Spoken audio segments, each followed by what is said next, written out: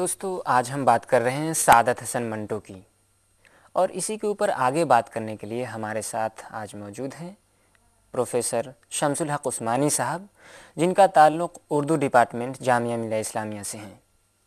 उस्मानी साहब, आपका स्वागत है हमारे स्टूडियो में। सर, सादत हसन मंटो अपने दौर के दूसरे साहित्यकारों से किस तरह अलग थे, कितने अलग थे? बहुत हद तक अलग थे, और उसकी वजह यह है कि मंटो ने अपने इख्तियार किए हुए मौज़ूआत को इस सतह पर, इस लेवल पर इख्तियार किया कि वो टाइम बाउंड नहीं है। जब भी कोई इंसानी मसला सामने आता है, गालिब के शेर की तरह मंटो की कहानी याद आती है। ऐसी सूरत हाल कि जो इंसानी माशरे के साथ हमेशा हमेशा आती रही हो, उसके बराबर या उसके मुताबिक अफसाना लिखना मंटो का कमाल था। सर, बंटवारे का मंटो की ज़िंदगी पे भी बहुत असर पड़ा और उनकी राइटिंग पे भी असर पड़ा। तो बंटवारे से पहले की जो उनकी राइटिंग थी और बंटवारे के बाद जो उन्होंने लिखा, तो इस दोनों में क्या फ़र्क रहा? उसमें दो फ़र्क हैं जनाब।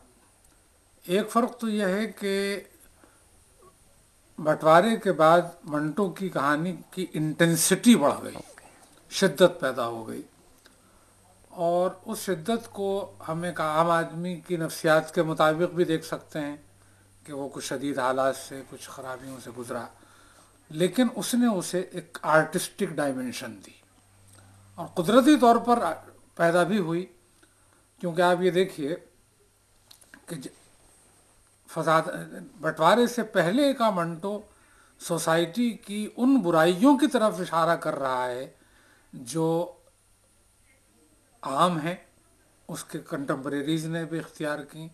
लेकिन बंटवारे के बाद की कहानियों में एक और बड़ी बुराई की जानिब इशारे हैं, यानी कम्युनलिज्म की तरफ। राम खिलावन, सहाय, इस तरह की कहानियाँ जो हैं वो हमें बताती हैं कि मंटो के यहाँ इंसानी माशरे की एक और बुराई को मुनक़िस करने का रुझान पैदा हो।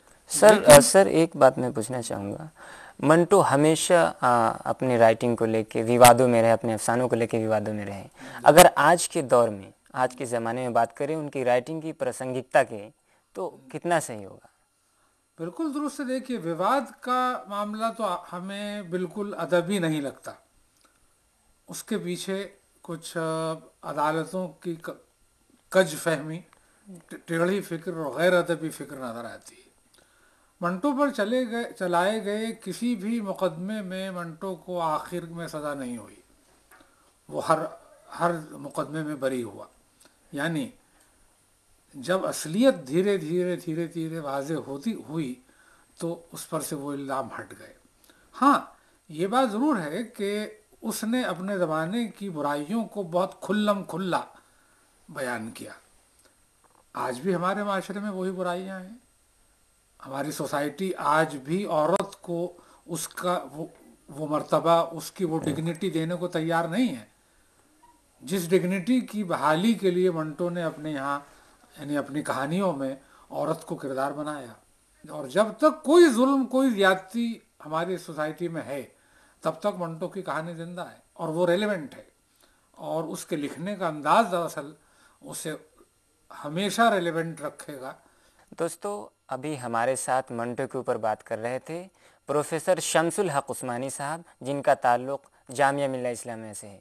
सर, आप अपना कीमती समय लेकर हमारे स्टूडियो में आए, इसके लिए धन्यवाद।